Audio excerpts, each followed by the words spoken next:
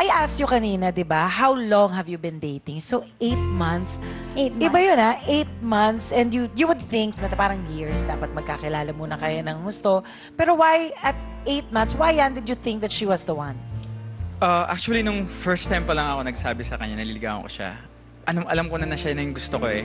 And nag-decide na talaga ako sa heart ko na ito talaga yung girl na ipupursue ko. Siya talaga yung gusto ko habang buhay. So, dun pa lang alam ko na. So, hindi na siya masyadong effort nung nag-propose ako sa kanya. Kasi alam ko na talaga eh, decided na ako. Yan. Hi. Hi. Ako nga pala siya. Parang first time. Thank you. Thank you so much for just jumping. And sobrang ina-honor ko lang talaga yung heart mo. Hindi ko makakalimutan yung sinabi mo sa akin dati nung first month pa lang natin na na-settle mo na sa heart mo na mahalin ako even if kahit anong makita mo sa akin along the way. And it's something na nag-inspire sa akin to really learn how to love unconditionally. And that's how I see how God loves us. Yun yung sobrang namomodel mo sa akin. Ayoko naman umiyak, sandali lang. Okay. Ayun, sobrang lang thank you. Thank you for your sincerity. Dami ko natutunan sa kanya. Kapag may mga times talaga noon, nung first 2 months namin, sobrang nalilito kaming dalawa eh, kasi first boyfriend ko siya, first girlfriend niya ako. Kasi parang nagkakalituhan kami dati.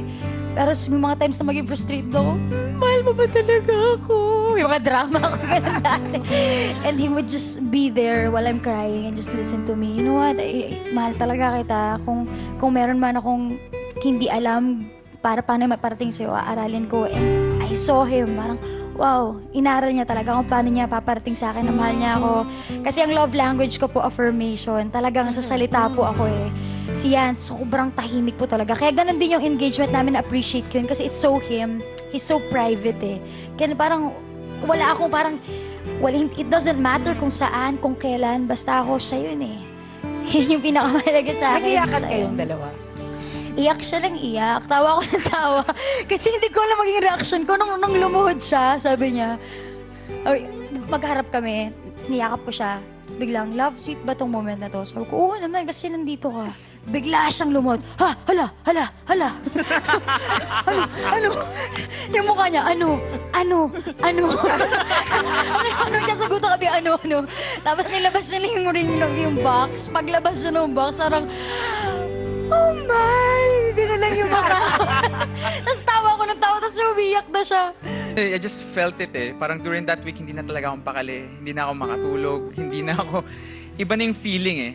Tapos it just... Parang hindi ka na mabubuhay nang wala siya? Ayun, yes. Exactly. Tapos pagdating ng Friday, parang pinapeg ko lang, sige Friday na. Tapos nagpe-pray ako, God, gusto ko na talaga sabihin sa kanya. Tapos hanggang pagdating na nung Friday, wala na talaga. Whole day na akong tulala na ako. Tapos kinakabahan na ako, nasusuka na ako. Tapos ang weak na nung knees ko. Alam mo, maglalakad ako, tapos parang, alam mo, nangangatog yung knees. Yung parang doon ka talaga na feel yun eh. Yung sobrang nanghihina ako. Tapos nakakatawa kasi nung magpo-propose na ako sa kanya, niyakap ko siya. I promise to love you unconditionally. I know na I'm not perfect, you're not perfect, pero despite of our imperfections, sobrang I want to stick with you, I want to be there for you, I want to support you, I want to, lahat ng gustong ma-achieve sa buhay, I want to be there, beside you. So, ayun talaga, that's what I want for our life. So,